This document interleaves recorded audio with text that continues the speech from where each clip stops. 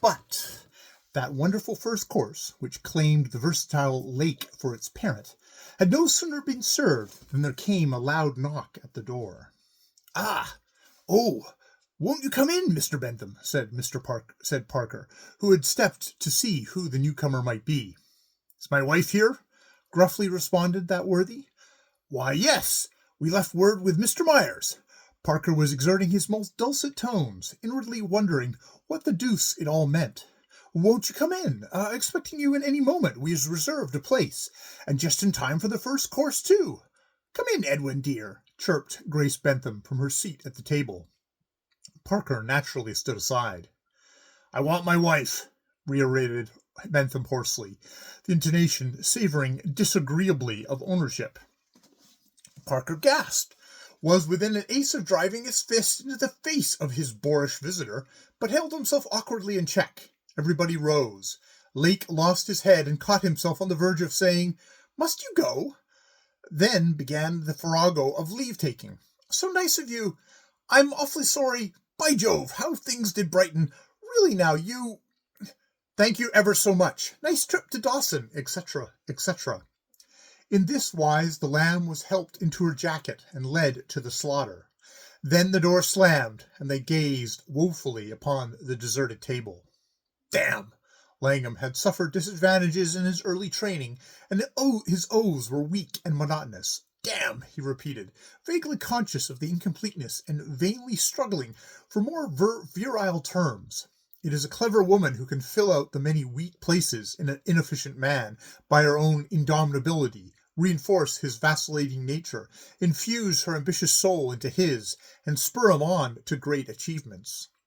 And it is indeed a very clever and tactful woman who can do all this, and do it so subtly that the man who receives all the credit and believes in his inmost heart that everything is due to him and him alone. This is what Grace Bentham proceeded to do. Arriving in Dawson with a few pounds of flour and several letters of introduction, she at once applied herself to the task of pushing her big baby to the fore. It was she who melted the stony heart and wrung credit from the rude barbarian who presided over the destiny of the P.C. Company. Yet it was Edwin Bentham to whom the concession was substantially granted. It was she who dragged her baby up and down creeks, over benches and divides, and on a dozen wild stampedes. Yet everybody remarked what an energetic fellow that Bentham was. It was she who studied maps and catechized miners, and hammered geography and locations into his hollow head, till everybody marveled at his broad grasp of the country and knowledge of its conditions. Of course, they said the wife was a brick, and only a few wise ones appreciated and pitied the brave little woman. She did the work, he got the credit and reward. In the Northwest Territory, a married woman cannot stake or record a creek, bench, or court's claim. So Edwin Bentham went down to the Gold Commissioner and filed on Bench Claim 23, second tier of French Hill. And when April came, they were washing out $1,000 a day, with many, many such days in prospect. At the base of French Hill lay Eldorado Creek, and on a creek claim stood the cabin of Clyde Wharton. At present he was not washing out a diurnal $1,000, but his dumps grew, shift by shift, and there would come a time when those dumps would pass through his sluice boxes, depositing in the rifles, in the course of half a dozen days, several $100,000. He often sat in that cabin, smoked his pipe, and dreamed beautiful little dreams, dreams in which neither the dumps nor the half-ton of dust in the P.C. Company's big safe played a part. And Grace Bentham, as she washed tin dishes in her hillside cabin, often glanced down into Eldorado Creek and dreamed, not of dumps nor dust, however.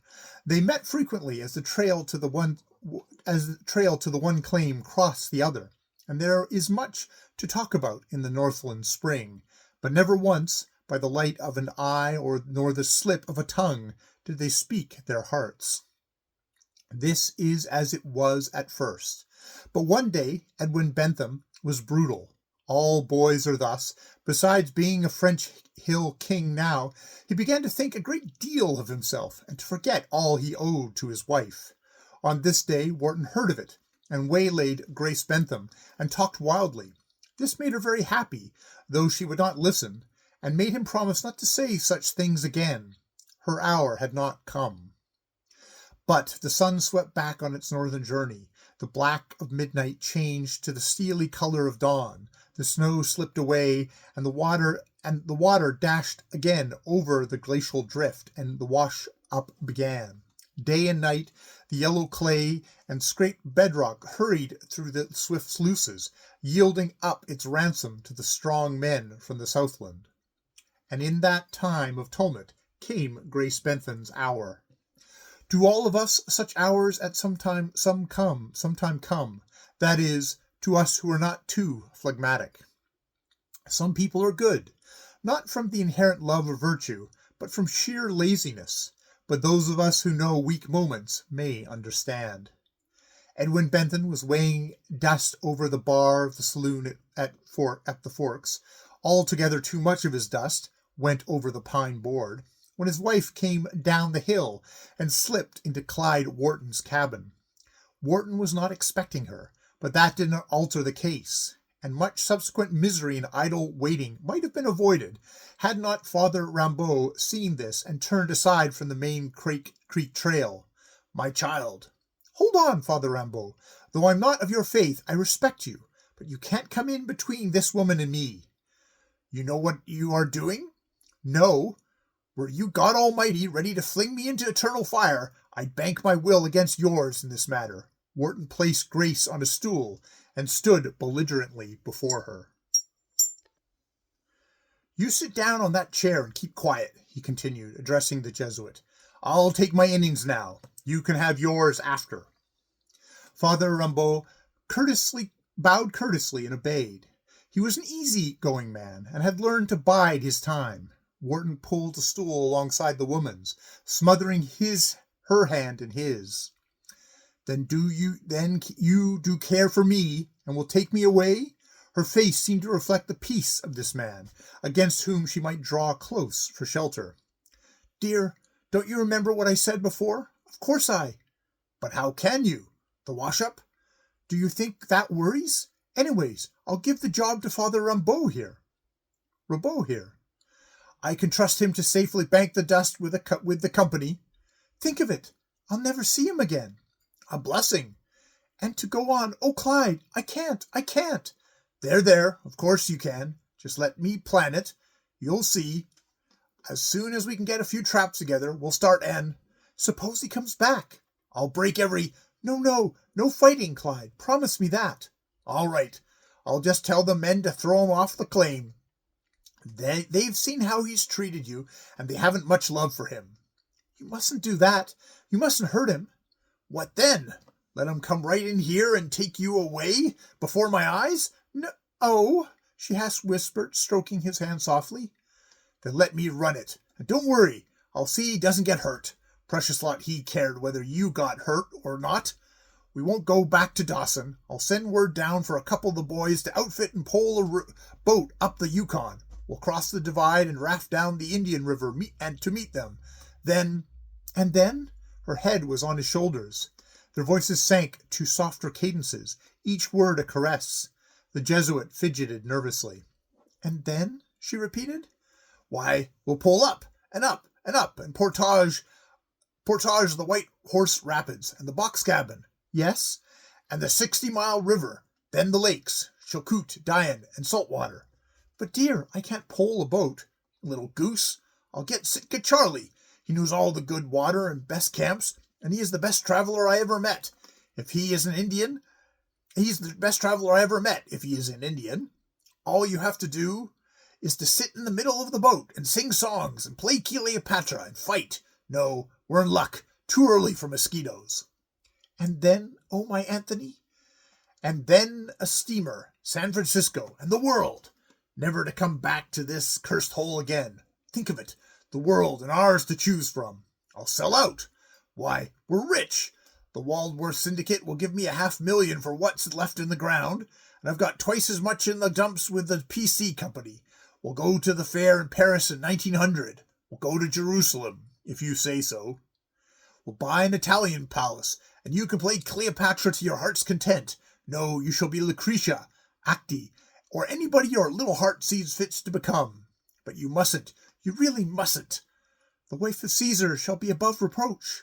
Of course, but I won't be your wife, will I, dear? But I won't be your wife, will I, dear?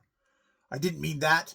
But you'll love me just as much, and never even think, oh, I know you'll be like other men. You'll go tired and... How can you? Promise me. Yes, I do promise. You say it so easily, dear. But how do you know? How do you know? Or I know. I have so little to give, yet it is so much, and all I have. Oh, Clyde, promise me you won't. There. You mustn't begin to doubt already. Till death do us part, you know. Think, I once said that to him, and now? And now, little sweetheart, you're not to bother about such things any more. Of course, I never will, and for the first time, lips trembled against lips. Father Rimbaud had been watching the main trail through the window, and could stand the strain no longer. He cleared his throat and turned around. Your turn now, Father. Wharton's face was flushed with the fire of his first embrace. There was an exulting ring to his voice as he abdicated in the other's favor. He had no doubt as to the result. Neither had Grace, for a smile played about her mouth as she faced the priest. My child, he began, my heart bleeds for you. It is a pretty dream, but it cannot be. And why, Father? I have said yes. You knew not what you did. You do not think of the oath you took before your God to that man who is your husband. It remains for me to make you realize the sanctity of such a pledge. And if I do realize, and yet refuse? Then God. Which God? My husband has a God which I care not to worship. There must be many such. Child, unsay those words. Ah, you do not mean them. I understand I, too, have had such moments. For an instant he was back in his native France, and a wistful, sad-eyed face came in as a mist between him and the woman before him. Then, Father, has my God forsaken me? Am I not wicked above women? My misery with him has been great. Why should it be greater? Why shall I not grasp at happiness? I cannot, will not, go back to him. Rather is your God forsaken. Return. Throw your burden upon him, and the darkness shall be lifted, O my child. No, it is useless. I have made my bed, and so shall I lie. I will go on, and if God punishes me, I shall bear it somehow. You do not understand. You are not a woman. My mother was a woman. But, and Christ was born of a woman. She did not answer. A silence fell. Wharton pulled his mustache impatiently, and kept an eye on the trail. Grace leaned her elbow on the table, her face set with resolve. The smile had died away. Father Rimbaud shifted his ground. You have children? At one time I wished, but now, no. I am thankful. And a mother? Yes. She loves you? Yes. Her replies were whispers. And a brother? No matter. He is a man. But a sister? Her head drooped a quavering yes. Younger? Very much? 7 years. And you thought well about this matter? And about them? About your mother? And your sister? She stands on the threshold of her woman's life, and this wildness of yours may mean much to her. Could you go before her, look upon her fresh young face, hold her hands in yours, or touch your cheek to hers? To his words her brain formed vivid images, till she cried out, Don't, and shrank away as do the wolf-dogs from the lash. But you may face all this, and better it is you do now. In his eyes, which she could not see, there was a great compassion, but his face, tense and quivering, showed no relenting. She raised her head from the table, forced back the tears, struggled for control. I shall go away. They will never see me, and come to forget me. I shall be to them as dead, and I will go with Clyde today. It seemed final. Wharton stepped forward, but the priest waved him back. You have wished for children? A silent yes. And have prayed for them? Often. And you have thought if you should have children? Father Rimbaud's eyes rested for a moment on the man by the window. A quick light shot across her face. Then the full import dawned upon her. She raised her hand appealingly, but he went on. Can you picture an innocent babe in your arms? A boy? The world is not so hard upon a girl. why your very breast would turn to gall, and you could be proud and happy of your boy as you looked on other children? Oh, have pity, hush! A scapegoat. No, don't, I will go back. She was at his feet. A child to grow up with no thought of evil, and one day the world to fling a tender name in his face. A child to look back and curse you from whose loins he sprang. Oh, my God, my God! She groveled on the floor. The priest sighed and raised her to her feet. Wharton pressed forward, but she motioned him away. Don't come near me, Clyde. I'm going back. The tears were coursing pitifully down her face, but she made no effort to wipe them away. After all this, you cannot. I will not let you. Don't touch me. She shivered and drew back. I will. You are mine. Do you hear? You are mine. Then he whirled upon the priest. What a fool I was ever to let you wag your silly tongue. Thank God you are not a common man, but the priestly prerogative must be exercised, eh? Well, you have exercised it. Now get out of my house, or I'll forget who and what you are. Father Rimbaud bowed, took her hand, and started for the door, but Wharton cut them off. Grace, you said that you loved me. I did. And you do now? I do. Say it again. I do love you, Clyde. I do. There, you priest, she cried. You have heard it, and with those words on her lips, you would send her back to live a lie in a hell with that man? But Father Rimbaud whisked the woman into the inner room and closed the door. No words, he whispered to Wharton, as he struck a casual posture on the stool. Remember, for her sake, he added. The room echoed to a rough knock at the door. The latch raised, and Edwin Bentham stepped in. Seen anything of my wife? He asked, as soon as the salutations had been exchanged. Two heads nodded negatively. I saw her tracks down from the cabin, he continued tentatively, and they broke off, just opposite here, on the main trail. His listeners looked bored. And I thought... She was here, thundered Wharton. The priest silenced him with a look. Did you see her tracks leading up to this cabin, my son? Wily Father Rimbaud, he had taken good care to obliterate them as he came up the same path an hour before. I didn't stop to look.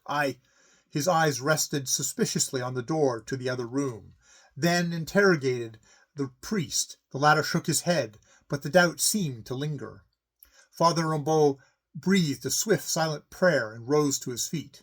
If you doubt me, why, he made as though to open the door.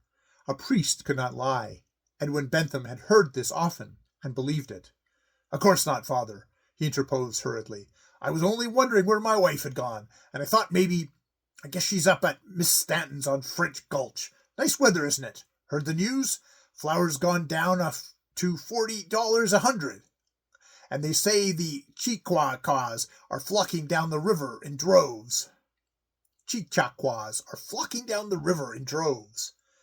I must be going, so goodbye. The door slammed, and from the window they watched him take his guest up French Gulf. A few weeks later, just after the June high water, two men shot a canoe into midstream and made fast to a derelict pine. This tightened the painter and jerked the frail craft along as would a towboat. Father Rimbaud had been directed to leave the upper country and return to his swarthy children at Minot. The white men had come among them, and they were devoting too little time to fishing and too much to a certain deity whose transient habitat was in countless black bottles. Malamute Kid also had business in the lower country, so they journeyed together. But one, in all the Northland, knew the man Paul Rimbaud, and the man was Malamute Kid. Before him alone did the priest cast off the sartorial gab and stand naked. And why not? These two men knew each other. They had not shared the last morsel of fish, the last pinch of tobacco, the last and innermost thought on the barren stretches of Bering Sea, in the heart-breaking mazes of the Great Delta, on the terrible winter journey from Point Barrow to the Porcupine? Father Rimbaud puffed heavily at his trail-worn pipe and gazed on the red-disk sun, poised somberly on the edge of the northern horizon. Malamute Kid wound up his watch. It was midnight. Cheer up, old man. The Kid was evidently gathering up a broken thread. God will surely forgive such a lie. Let me give you the word of a man who strikes a truer note. If she have spoken a word, remember thy lips are sealed, and the brand of the dog is upon him by whom is the secret revealed. If there be trouble at her word, and lie of the blackest can clear, lie while thy lip can move, or a man alive is to hear. Father Rimbaud removed his pipe and reflected. The man speaks true, but my soul is not vexed with that. The lie and the penance stand with God, but... What then? Your hands are clean. Not so, kid. I have thought much, and yet the thing remains. I knew, and I made her go back. The clear note of a robin rang out from the wooden bank. A partridge drummed the call in the distance. A moose lunged noisily in the eddy, but the twain smoked on in silence.